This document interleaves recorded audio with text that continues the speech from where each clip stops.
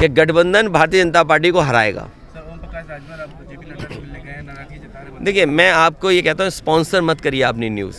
मैंने कहा कि 96% चैनल के हमारे पत्रकार साथी और मालिक एक दिशा में भागते हैं, इसलिए दिशा मत बदलो। सवाल यह है कि क्या घर घर बेरोजगारों को नौकरी मिली कि नहीं मिली, क्या पीड़ित लोगों को न्याय मिल रहा है कि नहीं मिल रहा है।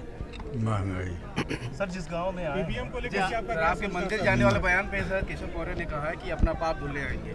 देखिए, मैं कोई वो नहीं है, ये मैं जानता हूँ आप क्यों चला रहे हो। मुझे अपने चैनल का नाम बता दो, चैनल का नाम बताएं, ये नाम बता दें साथी का, प्रत्याशी का।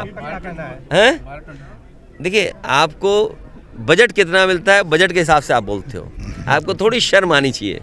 जब मैं ये बात कहूँ कि 1 लाख किसान आत्महत्या कर चुका है 9 साल में, तो उसका जवाब है कि आप भारत 24 पर, और जो कश्मीर में हुआ है, आप भरोसा दिलाना चाहते हो, भरोसा जीतना चाहते हो कि आपके फ़ौज के लोगों ने नहीं जान ले ली, निर्दोष लोगों की, सिविलियंस की जान ले ली। उसके लिए क्या रक्षा मंत्री को जाकर उनके परिवार से नहीं मिलना पड़ा।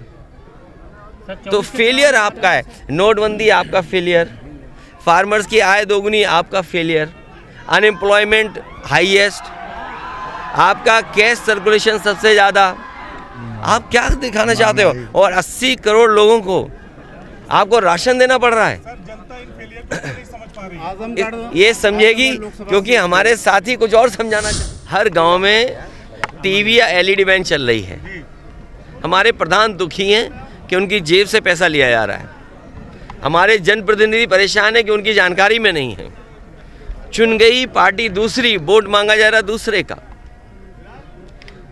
दुनिया में अगर विकसित भारत बनाना चाहते हैं आप, तो विकसित देशों की आपको कुछ तो चीज़ें अपनानी पड़ेंगी। और जो विकसित देश कर रहे हैं, जर्मनी के सबसे बड़े कोर्ट ने ये कहा कि अगर ईवीएम से वोट पड़ेगा तो वो अनकॉन्स्टिट्यूशनल होगा। क्या हम उस दिशा में काम करने जा रहे हैं? इसीलिए समाजवादी पार्टी का मानना है, बीजेपी हटाओ, लोकतंत्र बचाओ, ईवीएम अपने आप हट जाएगी। प्रधानमंत्री का दावेदार मायावती जी को बना दिया जाए। तुम्हारा चैनल ही जाने किस दिशा में जा रहा है। इसके सिग्नल किसी और सैटेलाइट से कनेक्ट हो गए हैं। बीजेपी सांसद निरहुआ ने बयान दिया है कि आजमगढ़ 24 में अगर अखिलेश आएंगे तो चुनाव लड़ने में मजा, मुकाबला। किससे, कौन कह रहा है? बीजेपी सांसद दिनेश लाल यादव निरहुआ।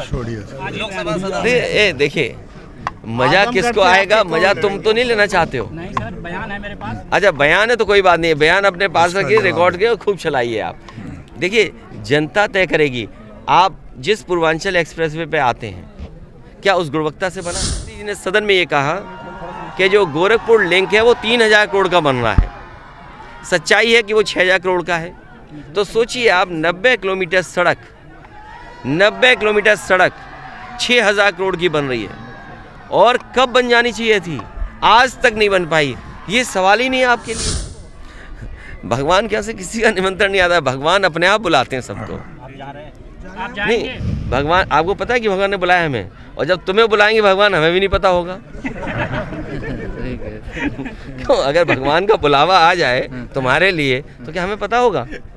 तो जब बुलावा आएगा तो हम लोग जाएंगे। हम उसी परंपरा के लोग के मुद्दों पे समाजवादी पार्टी काम कर रही है, लड़ रही है, और आपको आगे आने वाले समय में परिणाम भी सियासी पार्टी के कार्यकर्ता नेता तय करेंगे।